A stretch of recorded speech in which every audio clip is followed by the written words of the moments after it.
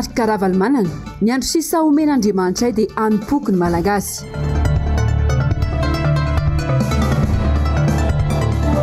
Anosy Arivony Mamo, olona roa niara-ny herisetra nataona mpitandro filaminana.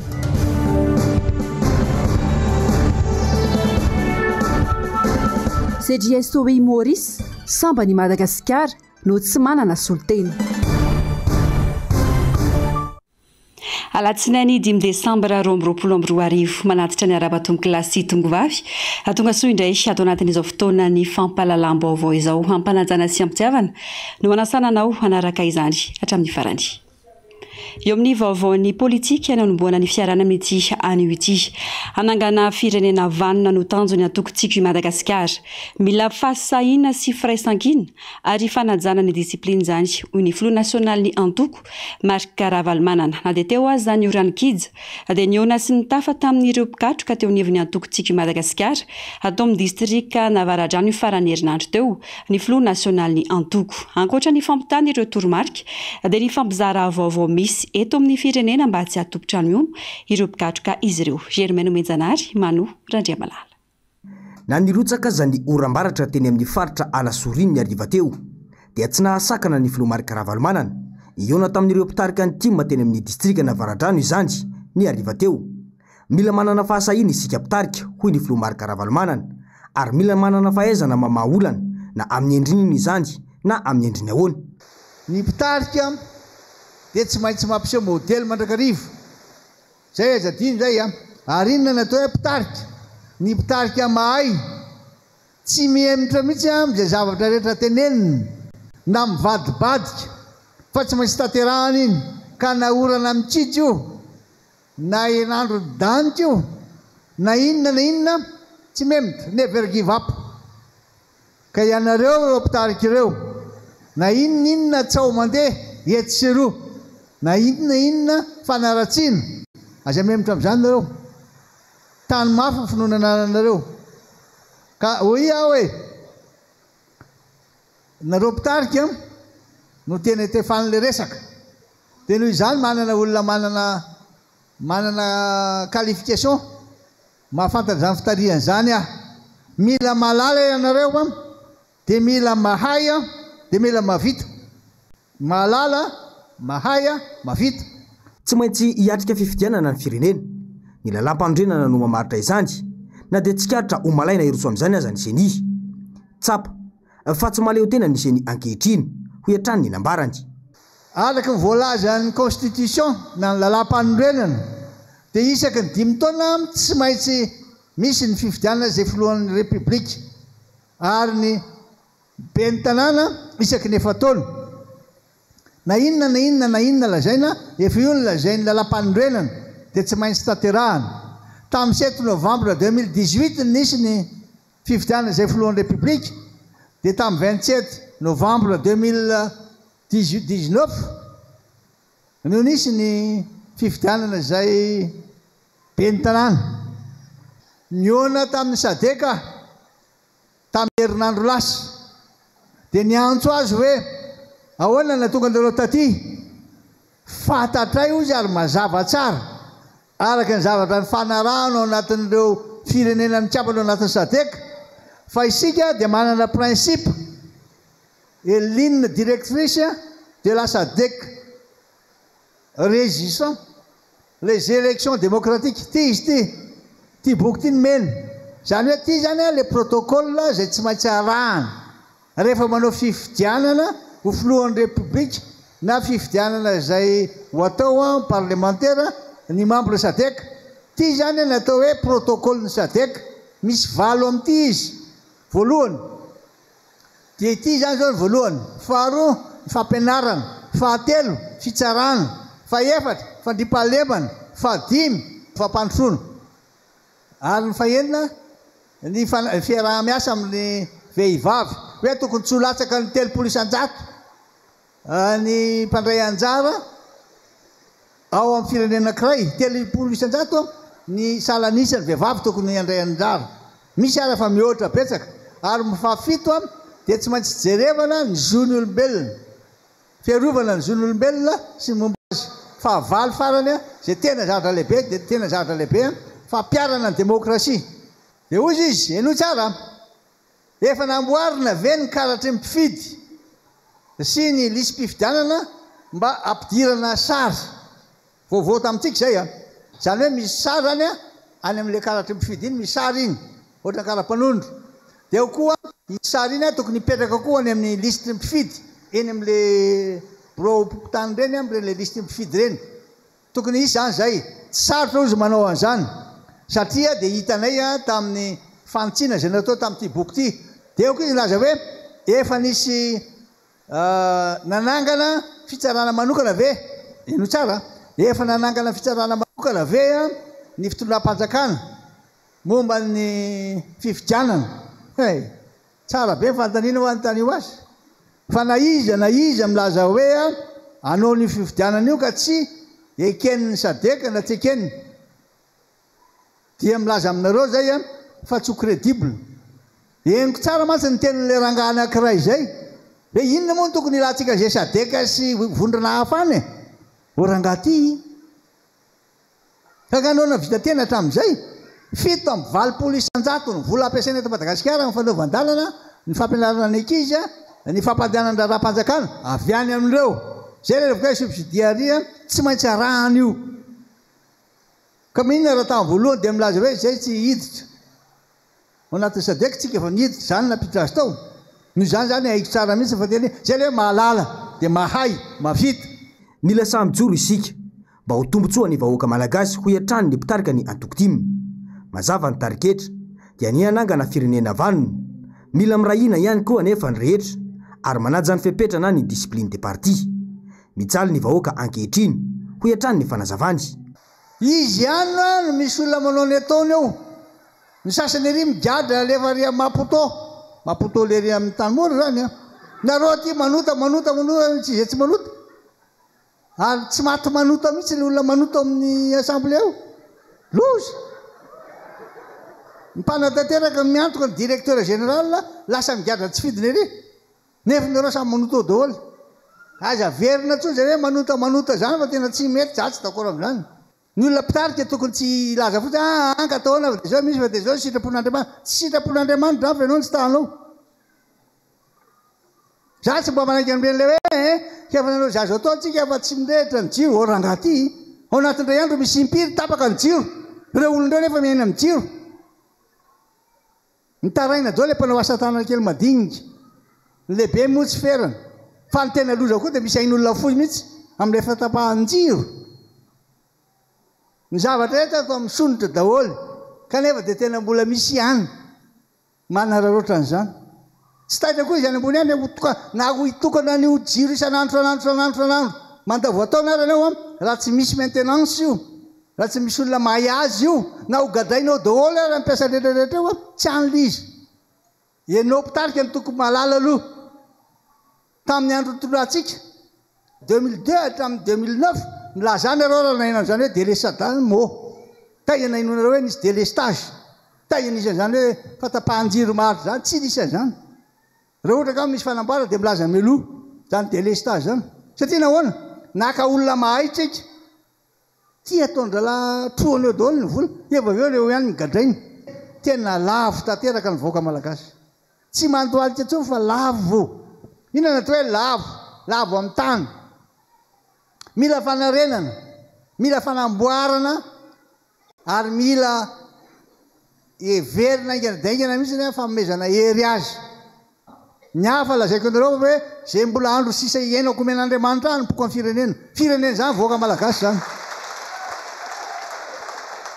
Ka za matahotra mihitsy anao fa ianao fitsarana vila zany any mbola anandrakandrana zany ohatra zany tsy hanao an'izany mihitsy na fa ny ary efa izay dia zay za olona tena hoe zao fampanantena nataoko tsy maintsy mahita vahaolana tena manana vahaolana.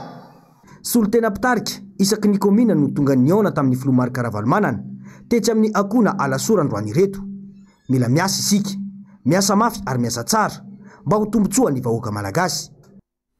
Nandritry ny fionany antoko-tima teny Avaradrano iny sy adena nentana ny olom-pirenena tsy ho kivy ny birao politika manoloana ny vaovao maro samihafa izay miparitaka. Mazava ny tanjo ny fitondrana sy ny seni fa tsy te hiroso amin'ny fifidianana, mila mijoro noho izany mpikatroka tima rehetra ary mila manentana ny mpiray tandrazana mba hiditra ao anaty lisy-pifidianana. Fanadadiny eo amin'ny sariny Mano Randriamalala.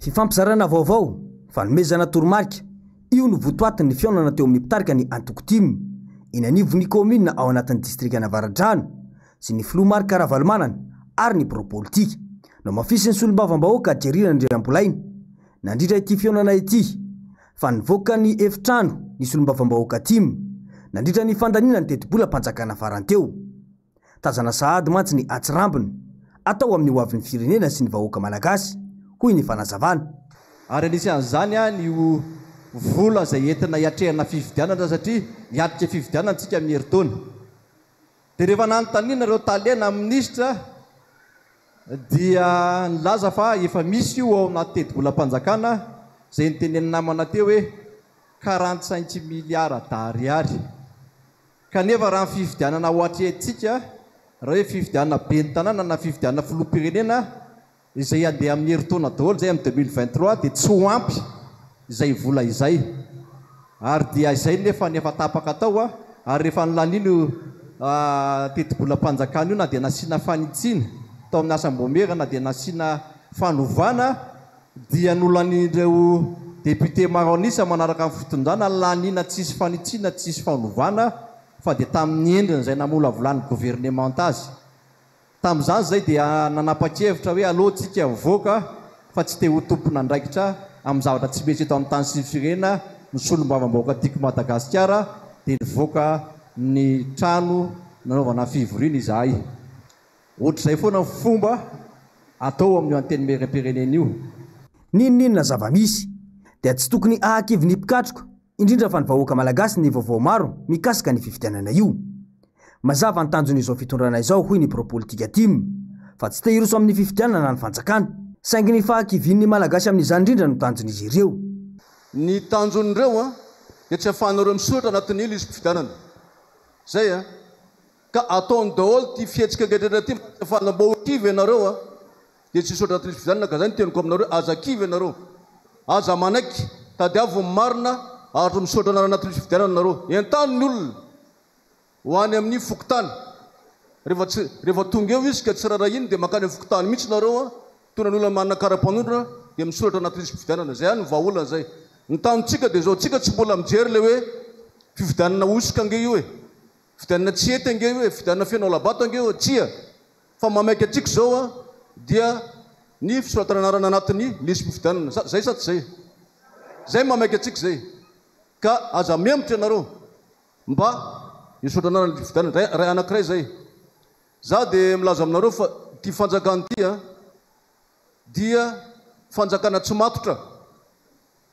mahatonga amin'ny teny an'izany dia zao ange voalazany lalàny voalaza monsieur le président teo raha ny article 33 amin'le lalàna mikasika amin'ny fifidianana io dia marina fa ny refonte dia tsy maintsy atao isaky ny folo taona zany hoe tamin'ny 2012 zany dia atao izy amin'izao fotoana zao tsy maintsy miroso amin'io refonte io tsika tsy maintsy atao izy voalazany lalàny zany tsika manara-dalàny zany nefa ny zavatra mahagaga dia zao ny ralina indray natao hoe révision annuelle liste électorale io ma tsy maintsy atao io dia manomboka 1er décembre hatramin'ny 15 mai dikan'izany dia zao manao refonte izy 3 volana efa bolana fotsiny dia mevitra izy fanao retage rehefa avy eo dia manao an'le ralina indray izy révision annuelle liste électorale tsy mety zany tsy matotro zany zay lazaiko aminareo raha manao refonte izy tokony manomboka tamin'ny janvier dia manao refonte izy mba malalaka tsara ny fotoana tamin'izay tamin'ny fotoana zany anaovana recensement ny mpiasam-panjakana tamin'izany 2 taona vao vita mpiasam-panjakana nefa zany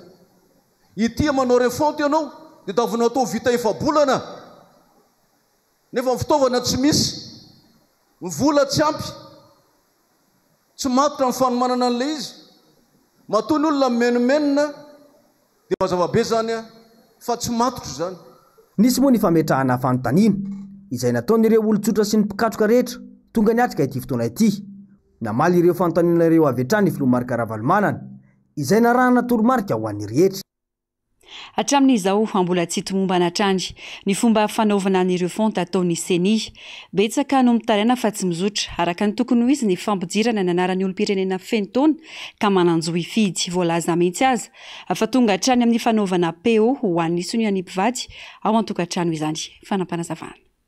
Mampitarena ny maro ny fomba fanatanterana ny fanavozana ny lisym-pifidianana amin'izao fotoana izao. Tsy misy zavatra mandeha amin'izay laony raha ny fanazavana voaray avy amin'ireo olom-pirenena. Toy izao no santionany fijoroana vavolombelona nataon'ireo olom-pirenena ireo. Tonga tao amiko anefa ny mpanoratra anarana amin'ny liste électorale sarery ny tao atokantranoko dia aiza mivady afangao mivadika tsy misoratra amin'ny ferrovinina ireo no miveriny eto dia azonao atao izy ny manoratra ny anaran'ny vadinao raha ao ny kara-panondrony dia ahoana moa izany ny soniany atao PO izy mety sa tsy mety amiko tompoko efa nanao an'io momba ny senia tamin'ny 2002 tsisy azo atao mihitsy ngamba tompoko manolo sonian'olona na dia vadiny ary. Tsao izay isan'andro rehefa lahady izy makao aminay zay komitiny fokotany ao amin'ny fokotany misy anay ihany ao Ambodimita nitondra taratasy izy ny alahady dia izay mianaka no tratra tao dia nanao sonia dia nen'le vadiko nentiny ihany dia amin'ny herin'ny lahady izy no verinay hatramin'izao tsy niveriny dia niteneniko izy aiza hoe le taratasy ataon'le vadiko sonia efa nianarana izy nisorohatana ihany tandre moa tsy ao anaty lisym-pifidianana izy fa hifankahita etsika dia korotaniko ambony ambany ho anareo raha vao tsy ao anaty lisym-pifidianana le vadiko le soratana ny anaranay dia namena an'le taratasy iny zay ny original netany any nanao sonia zahay dia ny original ny lasany ny photocopie aty aminay iny any le original anay iny dia tsy anamboarany zavatra any fa tokony le original no verina aty aminay tompony fa ny photocopie no mandeha any. Tsy kiaritra fa malaina tanteraka ny roso amin'ny fifidianana ny fanjakana ary mitady fomba mba ametrahana teteza mita vaovao. Mipetraka ny aya amin'ny alabato raha miroso amin'ny fifidianana mitady ametraka teteza mita ihany keo anefa ny mpitondro raha tsy irosony izany ho hiatrany efa nehokevitra. Kanefa ny zavatra misy raha jerena zany amin'ny fampahalalam-baovao sy ny zava-misy eny an-tanàna dia manao zay fomba tsy sin'ny fifidianana ireo mpitondro ireo tompoko ary mitetitetika izy mikréan'io rehetrarehetra olana rehetra io anaovana teteza mitatra aminay zany eny amin'ny tanàna iva misy anay tsy anaiky an'izay intsony izahay. Ho any antoko timy dia mazava ny toromarika avy amin'ny filohan'ny antoko mahakasika ny fiatrena ny fifidianana. Mila misoratra anatin'ny lisym-pifidianana ny rehetra. Mila manara-maso ihany koa ny zava-misy eny anivon'ny fokotany momba izany. 5 taona ihany matsony napetraka ny lalam-pandrenana fa hitondrana filoham-pirenena iray eto amin'ny tany sy ny firenena. Manodidina izay vaovao izay ihany roa volana mahery no nanomboka ny fanavozana manontolo ny lisym-pifidianana manerana nosy tsy mbola tomombana araka ny tokony ho izy anefa ny fanisana ny mpifidy indrindra ny amin'ireo toerana ambanivohitra voafetra ihany koa ny fanomezam-baovao ho an'ny mpanao gazety. Ravirazafy Mahenina sy Mathieu Prince no mitatitra ny andindiny makasika izay. Vao ny andony volana Oktobra ny fanisana mpifidy no efa sakana ho an'ny mpanao gazety ny fahazahoana vaovao mahakasika izany. Tsy misy mandray ny anivon'ny distrika zarana mahazo fanampim-baovao eny anivon'ny seni ary mbola sakanana ihany koa ny sefo fokotany tsy resaka amin'ny mpanao gazety. Resaka politika no ambadika izany no sefo fokotany sasantsasany nanaiky ny resaka mbava saingy tsy nalaina feo. Afaka miresaka mihitsy raha tsy misy resaka autorisation avy any amin'ny distrika. Tsy mahazo miteny mpanao gazety mihitsy. Tena zay tsy mahazo maray kely any raha teo loatra. Fa ina ny antony prezident? Tsy fantatro mihitsy. Ka iza fotsiny zao hoe para ohatra fotsiny seni zao dia za io miteny fotsiny le aero tonga eto aminay reny. Nareo ve TGV daholo?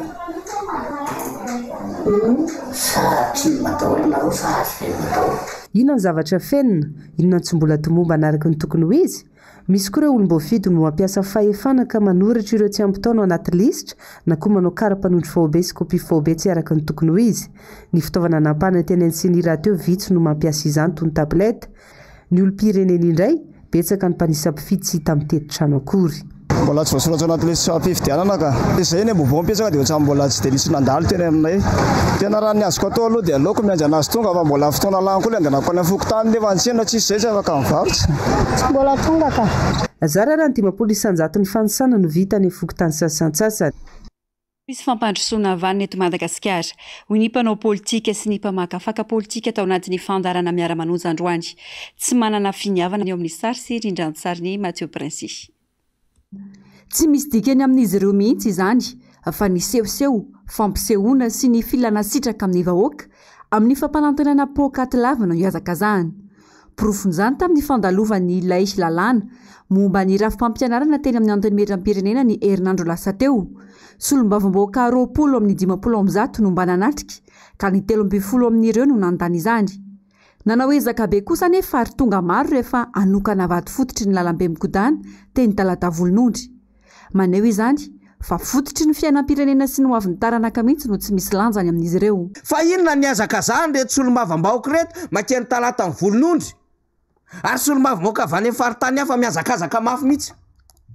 Nefa ato anatina système éducatif potika tanteraka. Asa nafantatr'izy ireo zany. Ato ny tena tokony hamaro anisan'le solombavamboaka ato amin'ny antenimieram-pirenena. Miteny mandray anjara anatin'ny adevitra satria ny zanak'izy ireo no andovany zany fampianarana zany eto Madagasikara. Zanak'izy ireo no andovany endriky ny fanabeazana manomboka aty amin'ny ambaratonga fototra ka hatrany amin'ny ambaratonga ambony. Fa tsy rarahany zany. Tsy mampetsy bolomaso an'izy ireo zany na tsy tonga amin'izany. Fa ery ny azakazaka anakery Talata ny volonondry daholo dia pingapinga anakasary fa tsy fatana hoe izy tenga ka mahamenatra ty ataonay ity zavatra tsy pasy no ijoroanay. Mampanongo tena ny zava-misy ny mpitondra tokony ho fitaratra sy ohatra indray no manondrana. Manahaka ny ataon'ny faratapony avokoa ireo olombofidy sy olombotendry miaraka aminy ety fotony ka pokan'izy ireo mihitsy ny mamandalitra ny malagasy. Dia mba mahamenatra zany mampalahelo zany. Fa tena tsy apetraka ilay fitondram-panjakana ho zava-dehibe mihitsy zany fa ny azo fatany aoriany autorité-ndray dia ndeha hampesona indray izy zao. Ho any États-Unis any izy dia hivorivory any izy dia verina vandray izy dia milaza fanao zavatra lehibe indray. Dia tsy mipetraka mihitsy ny tongony dia milaza fa miasa be dia vahoaka ato ampinanina amin'ny etra ny tanàna voretra. Dia ozy lehibe ny tanàna izay miara-dia amin'ilay fitondrana sainga afaka manao mazy, za tsy afaka manao mazy, mpiara-miasa amiko tsy afaka manao mazy. Ka mahay manao mazy nareo rehefa aka ny volany knaps atao any amin'ny SMGD. Mahay manao mazy amina miliary nareo boriborika zaridaina nataonareo andanim-bola be. Dia lazainareo fa ritra ny volan'ny commune tsy afaka mihodiny raha tsy setra ka ny teninareo fa nareo ny tena spécialiste afaka mampandroso tanàna any le hira tamin'ny 2019. Azy ny lakle izy tsy maintsy mandroso Antananarivo tanànantsika tena mila olom-bavao Antananarivo aiza nefa le Antananarivo. Raha fampandrosoana no andrandraina fiemorana no misy tazany potsiny ireo fahoriana menjady amin'ny malagasy amin'izao fotoan'izao. Inina mpahatraina mihitsy aza mba ho mora voarebireby amin'ny fampatoriana mitsangana sy ny fampanantenana lava. Satria maninona moa zany ity fitondrany ity no miazakazaka ho amin'izany raha ny zavatra iaina ny vahoaka malagasy amin'izao fotoan'izao ary manokam-bola ampaham-bola ao anatin'ny lalàna amin'ny fiaintetym-bola 324 ho an'ny autoroute kanefa mbola misy zava-dehibe noho zany izay tokony hojeren'ny fitondram-panjakana indrindra ny mahakasika ny sosialim-bahoaka amin'izao fotoan'izao.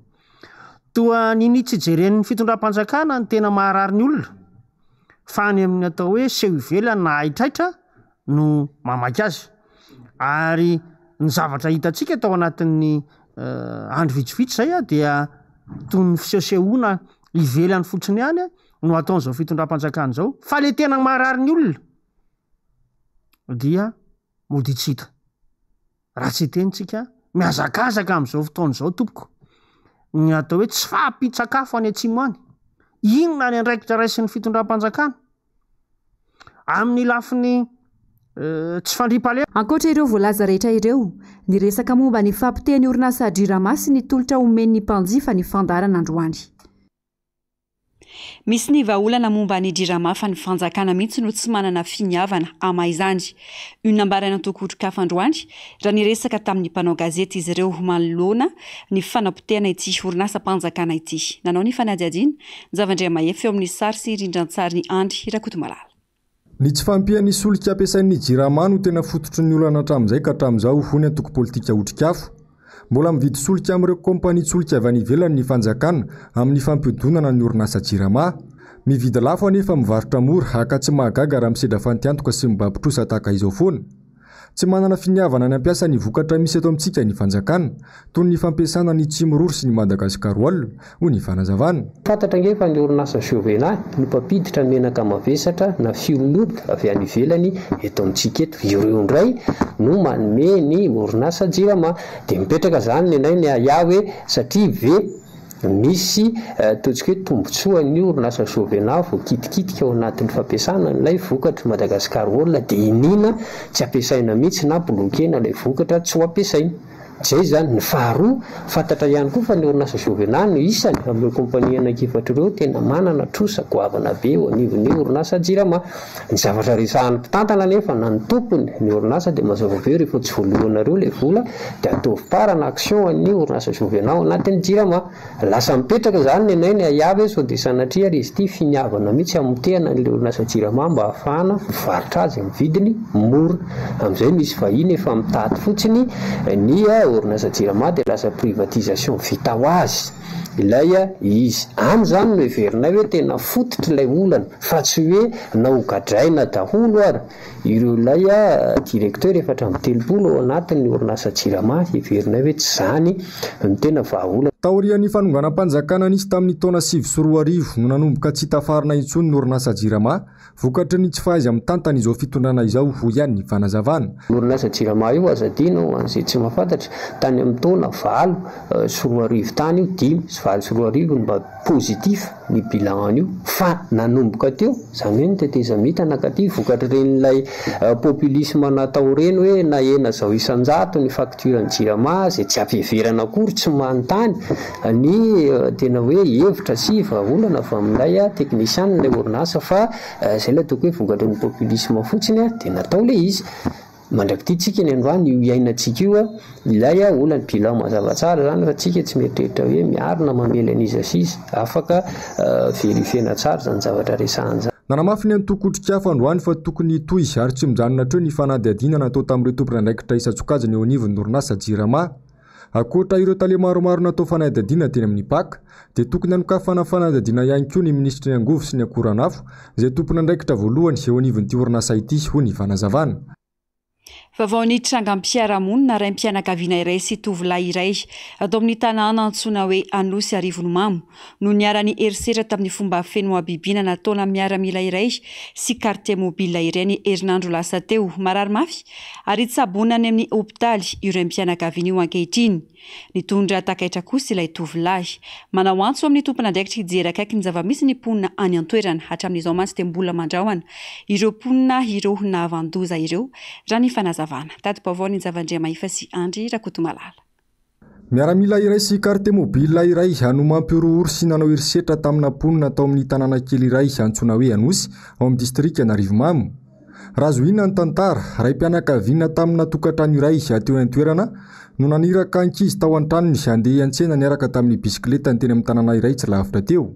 Rehefa teny an-dalana io tovolahy io dia nifanehatra tamina miaramila sy quartier mobile iray avy eny amin'io tanàna iantsenana io.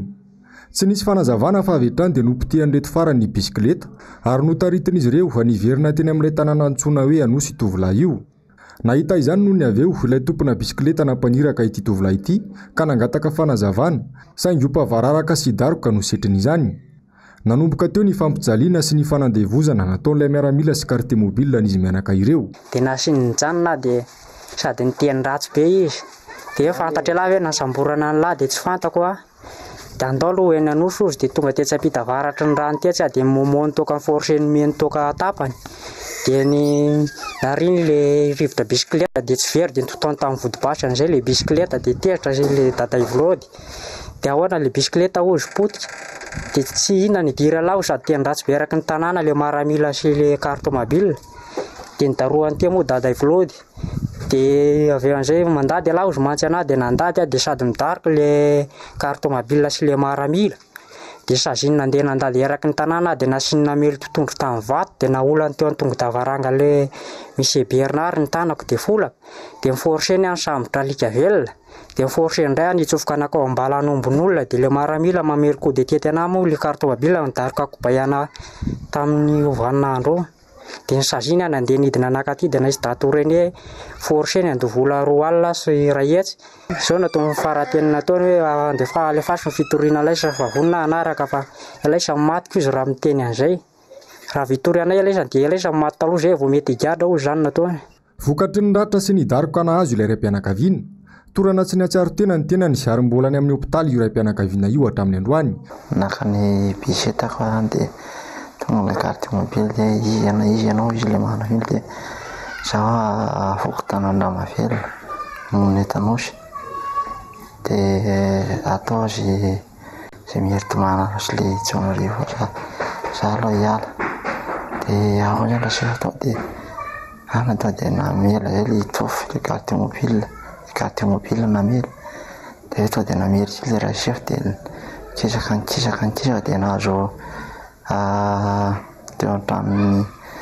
madamo lalana daron'ny telma intezy tsarako tsona raha teo rehefa dadany no darona zay ny loko tsy natsiary tena tsompoka taorianan'izay teo imason'ny fokon'olona avokoa no nampiseho'ny carte mobile io sy miaramila io izany fioaram-pefy amin'ny hopampana izany sy raha ny fanazavana vao mitady hetsika nefa ny fokon'olona dia manapoka basy ilay miaramila ka tsy samy voaka ny trano izy ireo jereko le vatika vanavaratrany efa natao matikapoka be dia efa natao matikapoka le zany vatika dia tetambola mitety le izy dia torana dia rehefa torana izy ka hitana ny lohany vo dia tsy nahajery tsony fa lasa ny tomabenena varatra tany dia meny le rafojandahako rano izy dia zany izy nataona inana milomana an'io fa za tsy nijery tsony dia avy eo dia lasa izy dia nitataran'le farilanaka anatrano dia nidiko tao antranona izay za zany voatorana fotsiny izy dia ninjery izy dia nandositra fa za natahotra dia nety moa fokon'olona dia niaro ny androm-pisiko eto dia raha kosa tena nentitrentika mihitsy tsy rarany nataon'le miaramila sy carte mobile tena hoe hery famoretana le izy izay zany mangataka aloha ambanivohitra anay zay tsy dia mahalalalala ny zahay satria zay ty ambanivohitra ty zay kosa nefa mangataka hoe tena mba hoentina ny antompona andraikitrany efa mangirifiry zahay tena tsy rariny fanapara-pahefana amin'ny fahalalako any zavatra nataony tety tsy mety aminay raha hoe reny ny fanaovana ny vahoaka tsy mandady arina satria raha mpitandro ny filaminana tsy tokony aminao merdement olona sy daroka tsy vono tsy lera tsy hita hoe nangalatra tsy naninona le olona nefa maty daroka fotsiny dia asa fa dia ankinina aminareo tompona andraikitrany amin'ny ambony ambara tonga ambony zany ny anay zay mba hevitray mbola tsy sanametraka fitoriana ny fianakavian'ny lasibatra taorian'io tranga io satria matahotra valifaty noho ny fandrahonana mialoha efa napetraka io miaramila sy carte mobile io miorooro tanteraka araka izany ny mponina ao amin'ity tanàna ity amin'izao fotoana izao tsy nidahalo intsony ny atahorana fa efa nipotany filaminana mihitsy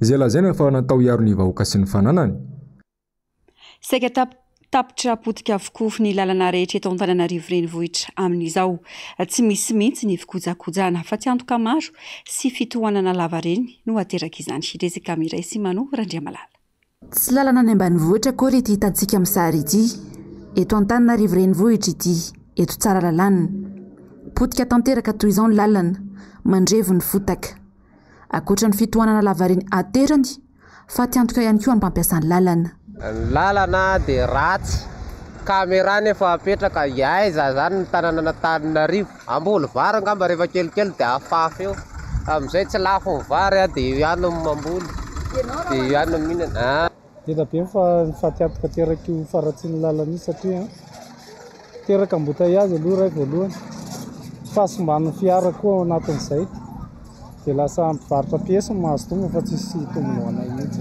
ohatrina ahoana le faty any karaha nahazo taloha ohatrina dia zao ohatrina tena be da be nelanelany tsy mahazo atsasany tsony zao tokony hoe misy tamberina ndraikitray tokony mba jereny zareo tony ty mantsy lalana principal dia avokavoko ny ato Antananarivo ato mihitsy dia lasa ratsy lalana be ohatry reny any Betroka avaratsa sy any efa ela ve ty ohatr'izao efa elaela kely ihany aloha io fa eo amin'ny tena 2 mois io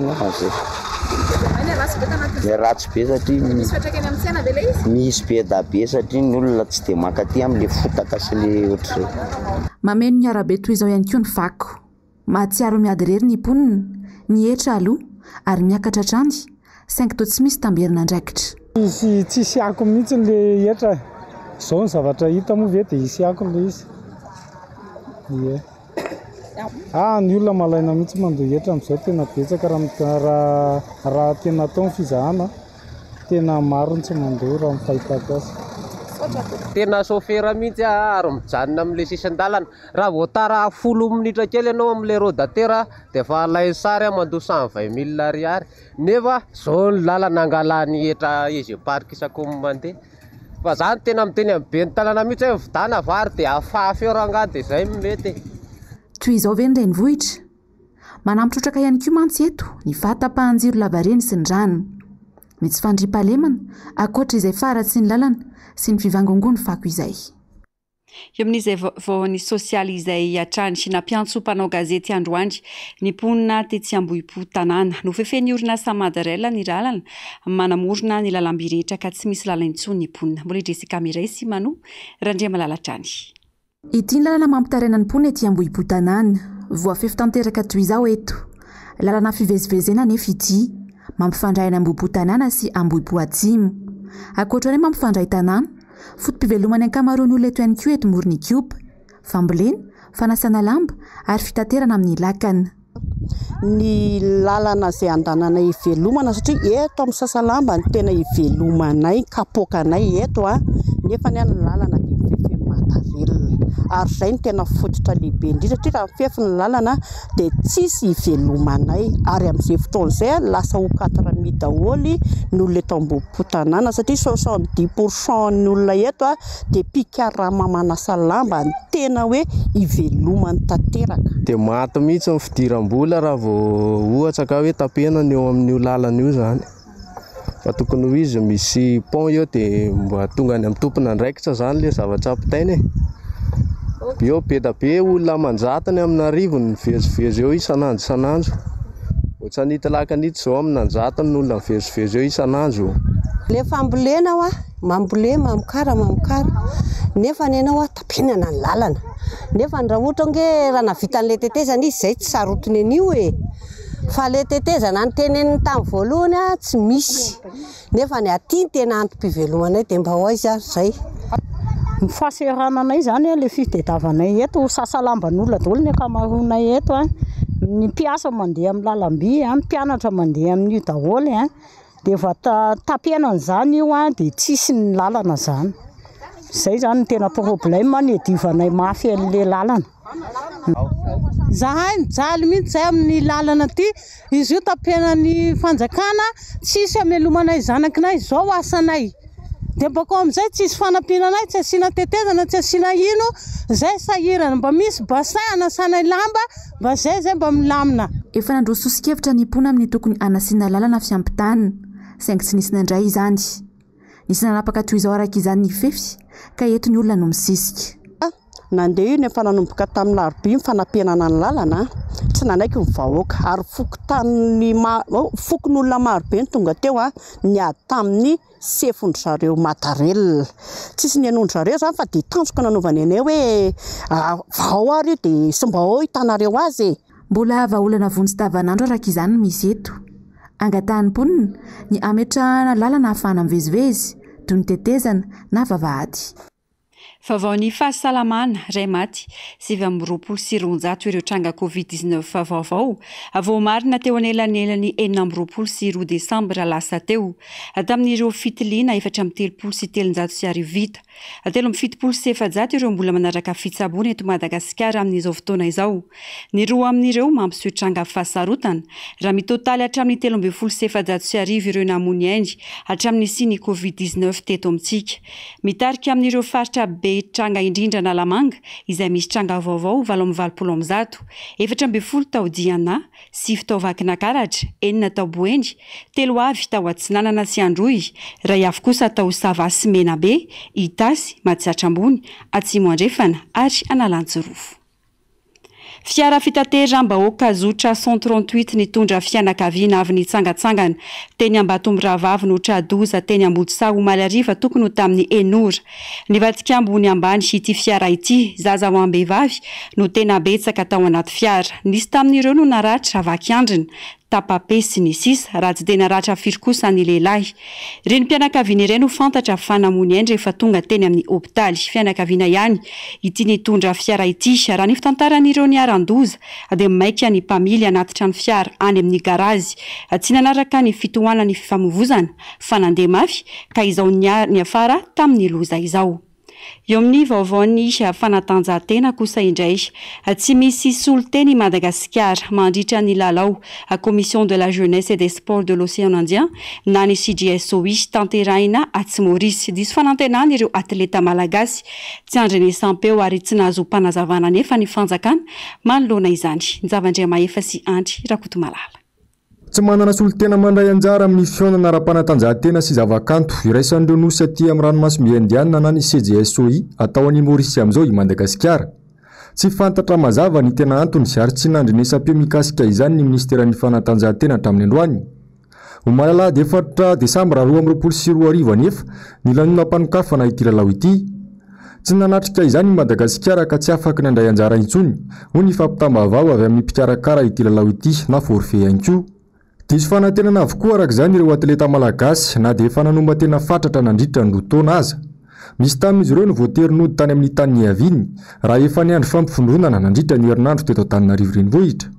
Tsy aivina nefa fa efa nankatoavana tao anatin'ny filan-kevitry ny minisitra tamin'ny 20 Jolay lasa teo ny fandraisana anjara ny Madagasikara ao anatin'ny fifaninanana io.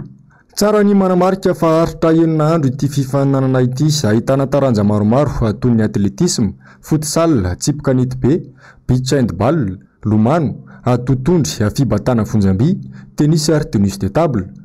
Ananan'ny malagasy atleta avokoa ireo taranja ireo. Ny fanontaniana mipetraka dia ny hoe tsy manambola hanohanana ireo atleta malagasy miaro ny vonina pirenena ireo ve ny fanjakana malagasy fa mahay mandany vola amin'ny oeraoera kopikoletany morondava raha samy tanora no resaina. Fa voaositra tompon-dakana Afrika Madagasikara teo amin'ny skady lehilahy Ankoay. Nandritra ny fiadiana ny tompon-dakana Afrika eo amin'ny taranja basketball 3x3 izay natao tany Le Caire, Egypte. Nandavo any Egypte tamin'ny 20 no 17 izy ireo. Nandritra ny lalao famaranana. Mazava araka izany ny lalana ho azy ireo. Iakarana ny fiadiana ny tompon-daka maneran-tany 3x3 any Australie amin'ny taona 2024.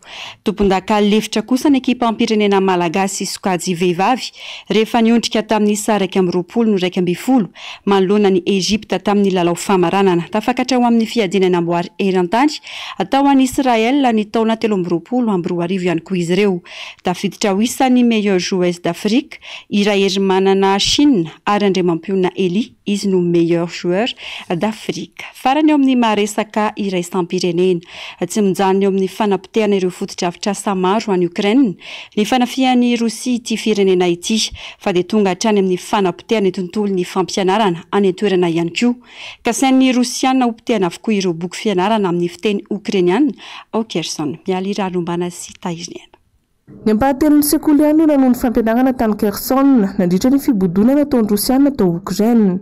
Tao anatin'izany dia natao tamin'ny fiteny Rosiana avokoa ny fampianarana rehetra. Mpampianatra maro no tsy nety niasa tao anatin'izay toe-javatra izay ka anisan'izany ny mpampianatra vehivavy iray izay manome lesona sy fampianarana tsokosoko amin'ny fiteny Ukrainiana amin'ny alalan'ny tambazotra mpifandraisana any an-tranony. Matetika rehefa nivoaka tamin'ireo sekoly ireo ny ankizy dia eny matetika ny antsoantson'izy ireo toy ny hoe Rosia no taninay. Ankoatra izay, nanomboka nianatra hira feno fitiavan-tanindrazana sy hira-pirenena Rosiana ary ireo marika nasionalin'ny Rosiana rehetra izy ireo. Nahagaga ary nahatezitra ny nandefasany ray aman-dreniny zanany any amin'ny sekoly Rosiana ho ny fanampanazavana ity mpampianatra ity. Na dia efa niala tao Kherson azy ireo Rosiana poto tandy, sekoly 170 ao amin'ity tanàna atsim'ny Ukraina ity no mikatona amin'izao fotoana izao. Anisan'ny olana govana sedren'ireo mponina ny Ukraina ihany koa ny fahatapahan-jiro sy ny fahatapahan-drano. Saika isan'andro ny Rosiana no midaroka bomba ny Ukraina sy mikendro ireo fotodrafitrasa lehibe mamatsy angovo ao amin'ity firenena ity. Noho izany, tsy afaka miasa amin'ny alalan'ny tambazotra mpifandraisana sy tsy afaka manome lesona amin'ny alalan'ny tranokala mpifandraisana ireo mpampianatra miasa any an-tranony. Miezaka mitady vahaolana izahay miaraka amin'ny ray aman-dren'ireo ankizy ampianarina. Te hampianatra indray aho ary hanao ny zavadrehetra mba hatateraka izany aingana araka izay azo atao. Ho hiatrany hinambanany ity mpampianatra ao Kherson ity. Tsy mijanona amin'ny fametrahana sakana tsy ahafahan'ireo mpampianatra manao fampianarana ampitain-davitra i Rosia fa mikasany ambotsika ireo boky fampianarana rehetra amin'ny fiteny ukrainiana ao Kherson ihany koa.